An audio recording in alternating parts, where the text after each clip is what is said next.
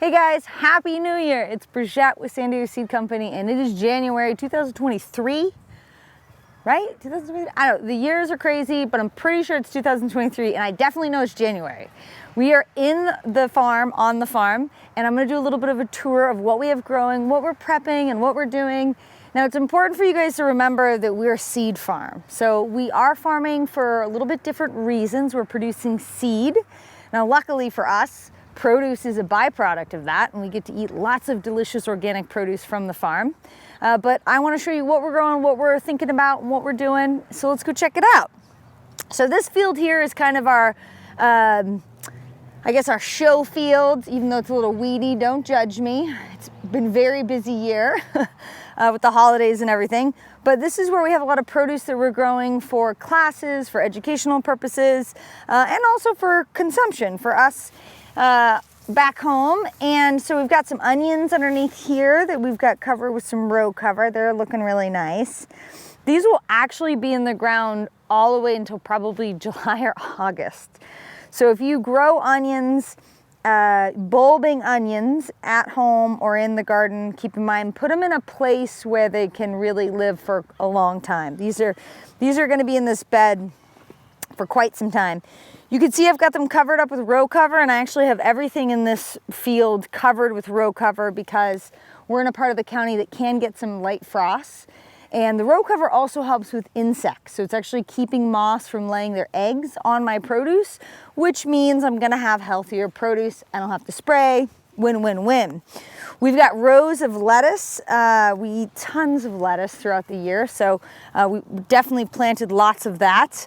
We've got cabbages, radishes, which have been really awesome, carrots, more cabbages. We're gonna be making sauerkraut like crazy here in a couple months. And again, this field really is an educational field for our farming and gardening master classes that we've been putting on, which if you are in San Diego County or anywhere local and you want to join those classes, they have been a total hit. It's a 2-day class where you really learn everything that I can possibly teach you about farming and gardening, 1 day in the classroom and 1 day actually on the farm. So definitely check that out. We'll put a link in this video for that and for our next date. What else we got over here? Oh, we got more carrots underneath here that I definitely need to weed and thin. Oh, something really interesting to know on the farm is this is stinging nettle. And some people might be thinking, oh, mulch, that sucks. I'm actually celebrating that we have stinging nettle on the farm now because it means that our soil fertility is getting better. We have never seen nettle here in the 2 years that we've been farming here. As we've added more compost, we've hydrated the soil, we're actually noticing more and more of it.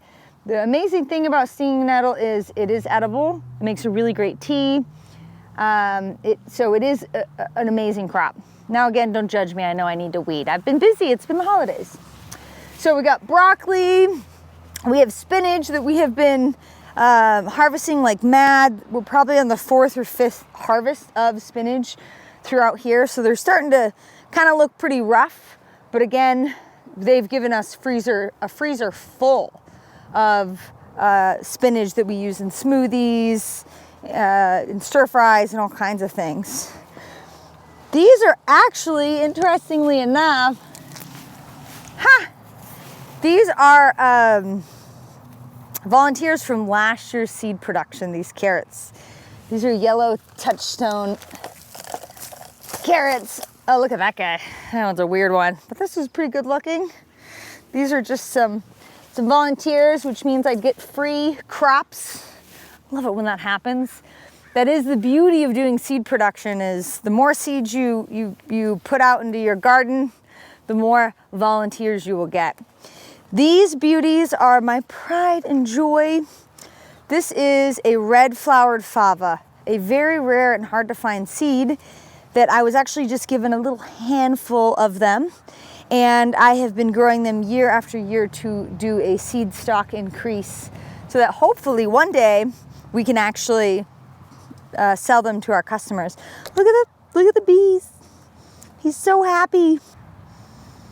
So hopefully these will be available in a couple of years, but these are a little pride and joy for me. So this is educational field number 1. Now let's go look at what I'm doing in the other fields to start prepping for spring and getting the fields ready so that we can have the best spring possible. All right, so this is one of our newer fields, field number 7. We actually have a sign. Look at us, we're so fancy now. I found it, but whatever, it is field number 7. And what we have going on here is underneath this, we actually harvested today the rest of our tapine peppers. And we have the last little bit of what's left of the plant, which we will overwinter. So luckily here in zone 9-10, it's actually very easy to overwinter your peppers. We might lose some because we're in a colder part of the county, but especially if you're in, you know, closer to the coast, anywhere really zone 10, overwintering your peppers is very, very simple. Trim it all off, get all the goodie out of it, you know, all the peppers off of it, cover it with some row cover, make sure it stays warm enough. In the spring, it'll grow back. So we're hoping we can get a couple seasons out of those tapines. Now over here, we have one of our newer fields that we're actually watering. I can see I've got some waters that are plugged. I need to go fix that. But we're watering it because water is so incredibly important to the preparation of soil. So we're watering this field. I've actually already tilled it, and we're watering it before I do my bed shaping so that I can actually get it ready for planting. And you might be asking, why am I watering it now? I have to hydrate the soil so that each soil particle has some moisture in it so that I have a good, nice soil texture for the garden or for the farm. Now in zone 9 and 10, especially San Diego County, we're lucky if we get 9 inches of rain in a year. So it's ever more important that I hydrate the soil really well before planting. So we will actually water. This will turn on and off for the next couple weeks, just getting plenty of moisture in that soil. You'll notice that I'm using these, what are called wobblers, I don't know, something like that.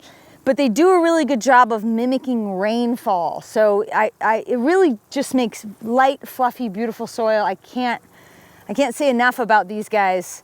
Really great pro tip I got from a local farmer. So this is one of the newer fields that we're prepping. Now again, we're in January and we are prepping so many things now because we will actually start our first round of tomato seeds in February. We start them inside in protected environment. We're hoping to plant our first round of tomato transplants in mid to late March. So it's gonna be a very busy year. So if you guys remember last year, I had way more time on my hands and I got all crazy and I started my tomato seeds in December, which you totally can do, but then the problem was they were ready to go into the ground too early for this part of San Diego County. So I was scrambling, I put them in the ground early, then I had to do extra row cover, then I was stressing about it, totally not worth it. And the extra time that I spent didn't actually mean I got an earlier crop. Because the temperatures were still relatively chilly, even though I got them in the ground earlier, they didn't really do anything for that extra month that I gained in starting them early. So don't be like me. Start them at the appropriate time and you'll actually see happier, bigger plants. So this field, we're just starting to prep. We've got plastic that we have put down, which is helping us with weeds.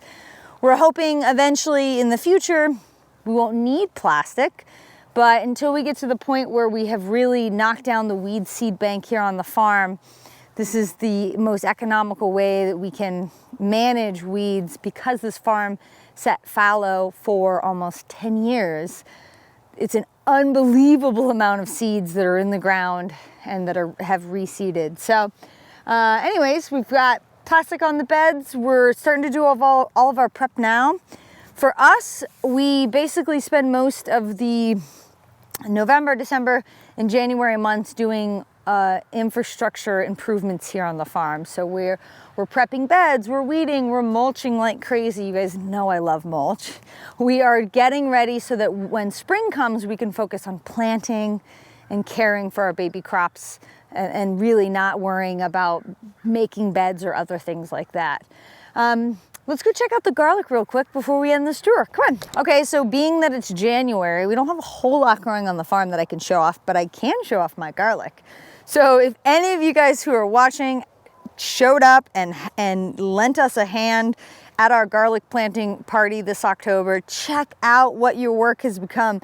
We have beautiful rows and rows and rows of garlic. I will say, you know, they're a little squirrely. The lines aren't totally straight, but you know, that's what happens when you've got 40, 50 people planting garlic all at once. But every single one, I believe, has popped up. They're looking really great. I definitely need to get in here and do some more weeding. But we've got them covered in mulch. We're using hay here. I'm sorry, hay is for horses. My uncle would be very mad at me right now. We're using straw, and that's gonna help retain some moisture for these guys. So come probably late spring, we're gonna have a lot of garlic scapes to enjoy here on the farm, which I'm really excited about. So that's basically what we got going on right now in January. Now, I know it's not a lot, but if you're in like Minnesota, it's probably more than you have growing in your garden because your garden's probably under like 5 feet of snow. So thanks for watching my January garden tour, and just know that if you're in zone 9 and 10, we're basically in like the pre-spring mode. We're like almost in spring. I'm already fantasizing about what I'm gonna plant. Hopefully you guys are looking through seed catalogs, buying your seeds online, getting ready for the best spring yet.